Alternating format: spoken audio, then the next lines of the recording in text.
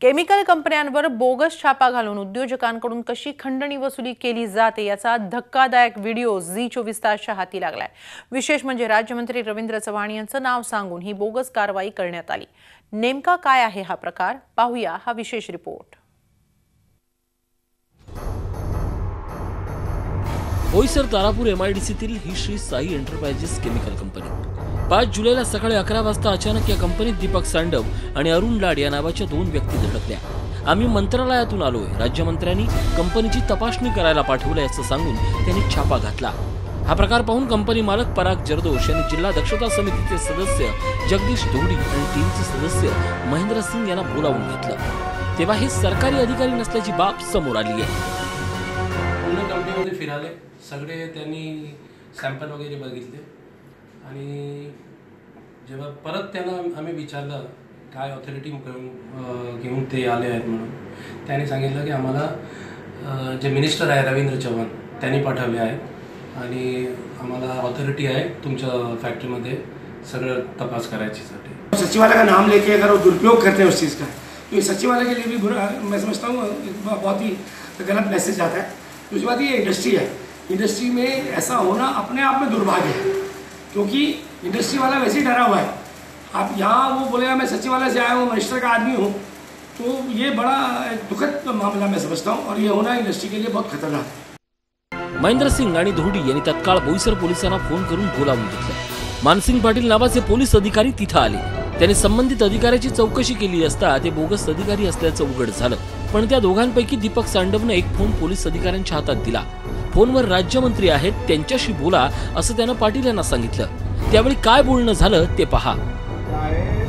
कारवाई चालू आहे, कोणी रोकत नाही। सीसीटीव्ही कॅमेरे कंपनीमध्ये आहेत, मी ऑफिस मध्ये बसलेलो आहे, मी बसून राहिलेलो आहे, कोणी कोणाला रोकलेलं नाही, रोकलेलं नाही, रोकलेलं नाही, रोकलेलं नाही साहेब। आपण जे बोलताय नाही, आपण जे सांगताय ना, कोणी रोकलेलं नाही आणि जे कोणी आहेत त्यांनी लिगली त्यांचं आयडेंटिटी कार्ड त्या जे अथॉरिटी आहे त्याला दाखवावं, त्यांनी त्याच्या पंचनाम्यावर सह्या कराव्या, संपला विषय। पोलीस कारवाई सुरू असतानाच सांडवनं पुरवठा निरीक्षक अधिकारी HD तडवी यांना बोलावलं होतं। राज्यमंत्री रवींद्र चव्हाण यांचे सचिव विनोद लाड यांनी कारवाईसाठी आपल्याला फोन केला होता अशी कबुली तडवीनं श्री साई एंटरप्राइजेस कंपनीकडून केमिकल जप्त केलं। DYSP दर्जाच्या अधिकाऱ्यानं केमिकल जप्त करावं असा नियम असताना एका कनिष्ठ पुरवठा अधिकाऱ्यानं चुकीच्या पद्धतीनं सील केल्याचा आरोप कंपनी मालकानं केला आहे। 20-25 साल से हम लोग यहाँ पे बिजनेस कर रहे हैं। इस तरह से अगर हमको यहाँ परेशान करेंगे तो नरेंद्र मोदी जी का जो इनका बिजनेस के लिए जो एटीट्यूड है वो पूरा नेगेटिव जा रहा है। ते केमिकल चाचणीसाठी प्रयोगशाळेत पाठवण्यात आल्याचं सांगितलं जातंय, पण प्रयोगशाळेचा अहवाल मात्र अजूनही आलेला नाही। राज्यमंत्री रवींद्र चव्हाण यांचा या प्रकरणातील कथित सहभाग, दोघा बोगस अधिकाऱ्यांनी घातलेला छापा आणि ते बोगस असल्याचं स्पष्ट झाल्यानंतरही पोलिसांनी दाखल न केलेला गुन्हा या सगळ्याच बाबी संशयास्पद आहेत। या प्रकरणी कंपनी मालकानं मुख्यमंत्री देवेंद्र फडणवीस यांना पत्र लिहून झाल्या प्रकाराची तक्रार केली आहे, पण पुढे काहीच कारवाई झालेली नाही। थेट राज्यमंत्र्यांच्याच नावानं केमिकल कंपनीवर छापा टाकला जाण्याचा हा प्रकार धक्कादायक तर आहेच, शिवाय त्यातून अनेक प्रश्न उपस्थित होत आहेत। छापा टाकणारे बोगस अधिकारी दीपक सांडव आणि अरुण लाड यांचा राज्यमंत्री रवींद्र चव्हाणांशी संबंध काय? हा बोगस छापा राज्यमंत्री रवींद्र चव्हाणांच्या सांगण्यावरून टाकण्यात आला होता का? या प्रकरणात राज्यमंत्री रवींद्र चव्हाण यांचे शासकीय सचिव विनोद लाडे यांचा हस्तक्षेप होता का? मानसिंग पाटील यांच्याशी राज्यमंत्री रवींद्र चव्हाण खरंच फोनवर बोलले का? आणि छापा घालणाऱ्या बोगस व्यक्तींवर अद्याप कारवाई का झाली नाही? पालघरहून हर्षद पाटीलसह अजित मांढरे, झी मीडिया, मुंबई।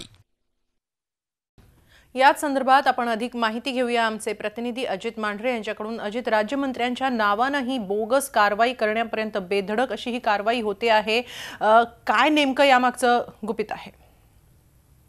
सर्वात पहिले म्हणजे याच्यामध्ये 2 ते 3 महत्त्वाचे मुद्दे आहेत। सर्वात पहिला मुद्दा म्हणजे ज्यावेळी दीपक सांडव आणि अरुण लाड हे 2 व्यक्ती त्या कंपनीमध्ये आले साई एंटरप्राइजेस, त्यामध्ये त्यांनी आम्ही मंत्रालयातून आलो आहोत, आम्ही तिथे धाड टाकतो आहोत, पुरवठा अधिकारी आहोत, अशा पद्धतीने त्यांना बतावणी केल्यानंतर पुढे स्पष्ट झालं की हे दोघंही बोगस अधिकारी आहेत, यांच्याकडे कुठले अधिकार नाहीत किंवा कुठले आय कार्ड नाही आहेत. आणि ज्यावेळी घटनास्थळी पोलीस आले, मानसिंग पाटील यांनी त्या ठिकाणी जेव्हा त्यांच्या आय कार्डची मागणी केली त्यांच्याकडे कोणतंही क्रेडिट कार्ड नव्हतं. मानसिंग पाटील यांना बाजूला घेऊन त्यांनी सांगितलं की आम्ही राज्यमंत्री रवींद्र चव्हाण आहेत, त्यांची माणसं आहेत आणि त्यांनी आम्हाला पाठवलेलं आहे. याविषयी जर आपण जेव्हा क्लिप दाखवली त्या क्लिपमध्ये देखील मानसिंग पाटील एका व्यक्तीशी बोलत आहेत फोनवरती आणि मानसिंग पाटील यांनी जी24 तासाशी बोलताना कबूल केलं की त्यांना समोरची व्यक्ती जी त्यांच्याशी फोनवर बोलत होती ती राज्यमंत्री रवींद्र चव्हाण आहे असं त्यांना सांगितलं होतं. ते मंत्री महोदय होते असं त्यांनी स्पष्ट केलं होतं. त्यानंतर पुढे जाऊन ज्यावेळी आपल्यावरती ही कारवाई उलटते त्यावेळी त्यांनी पाहून तिकडे जे पुरवठा अधिकारी होते तडवी म्हणून त्यांना बोलवलं. त्यांना देखील वारंवार जे राज्यमंत्री आहेत रवींद्र चव्हाण त्यांचे जे शासकीय सचिव आहेत विनोद लाडे यांनी त्यांना वारंवार फोन केले, कुठल्याही परिस्थितीत त्या कंपनीवर कारवाई झाली पाहिजे, ती कंपनी बंद झाली पाहिजे, अशा पद्धतीचा वारंवार ते दबाव आणत होते. अशी तक्रार देखील आणि अशी माहिती देखील जो कंपनीचा मालक आहे पराग जरदोश म्हणून त्याने आपल्याला दिली होती. एकंदर कशा पद्धतीने मंत्र्यांची नावं घेऊन जे कंपन्या त्यांच्यावरती बोगस धाडी केल्या जातात आणि मग त्या ठिकाणून पैसे उकळले जातात त्याची ही एक्सक्लुझिव्ह क्लिप आहे. पण याही पुढे जाऊन या प्रकरणामध्ये 2 वेळा राज्यमंत्री रवींद्र चव्हाण यांनी जे मानसिंग पाटील आहेत ते आणि तडवी या 2 अधिकाऱ्यांशी संपर्क साधला होता असा देखील उल्लेख आहे.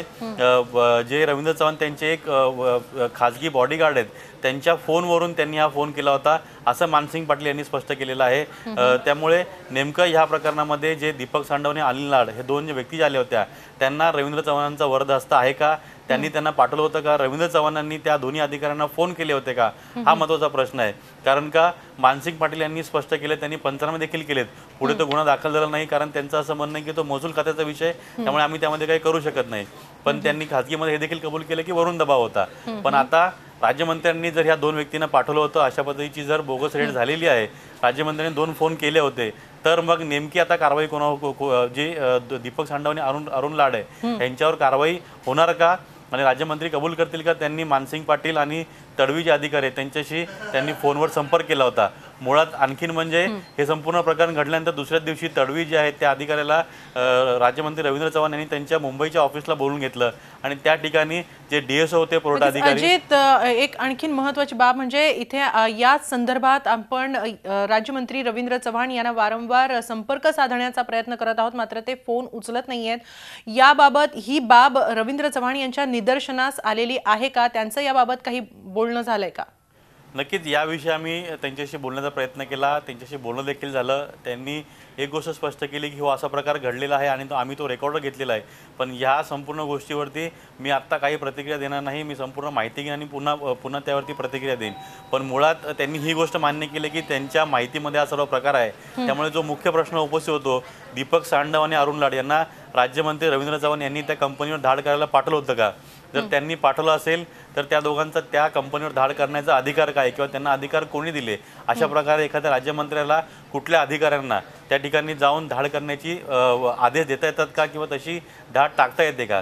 जर याच्यामध्ये जर ते कंपनीमध्ये काही बोगसपणा आढळला असेल, त्यांचे जे केमिकल आहेत त्यामध्ये काही खोट असेल तर राज्यमंत्र्यांनी पुढाकार घेऊन त्या ठिकाणी कारवाई का केली नाही, अजूनही देखील ते संपूर्ण प्रकरण जे आहे ते तसंच काय आहे याच्यावरती अहवाल दिला जातोय की जे केमिकल आहे ते प्रयोगशाळेमध्ये चाचणीकरता पाठवलेलं आहे. पण जर अशा पद्धतीनं खाजगी व्यक्तींना एखाद्या कंपनीवर अधिकारी म्हणून राज्यमंत्र्यांच्या आदेशाने धाड करायला त्या ठिकाणी पाठवलं जात असेल तर नेमकं जे उद्योगपती आहेत त्यांनी काय करावं असा एक प्रश्न निर्माण झालेला आहे. आणि वारंवार अनेक अशा घटना समोर येतात की अशा पद्धतीने मंत्र्यांची नावं घेऊन किंवा नेत्यांची नावं घेऊन लोक जातात आणि त्या ठिकाणी मग हप्ते सुरू होतात, त्या ठिकाणी लोकांकडून उद्योगपतींकडून पैसे उकळले जातात. झी 24 तास रहा एक पाऊल पुढे.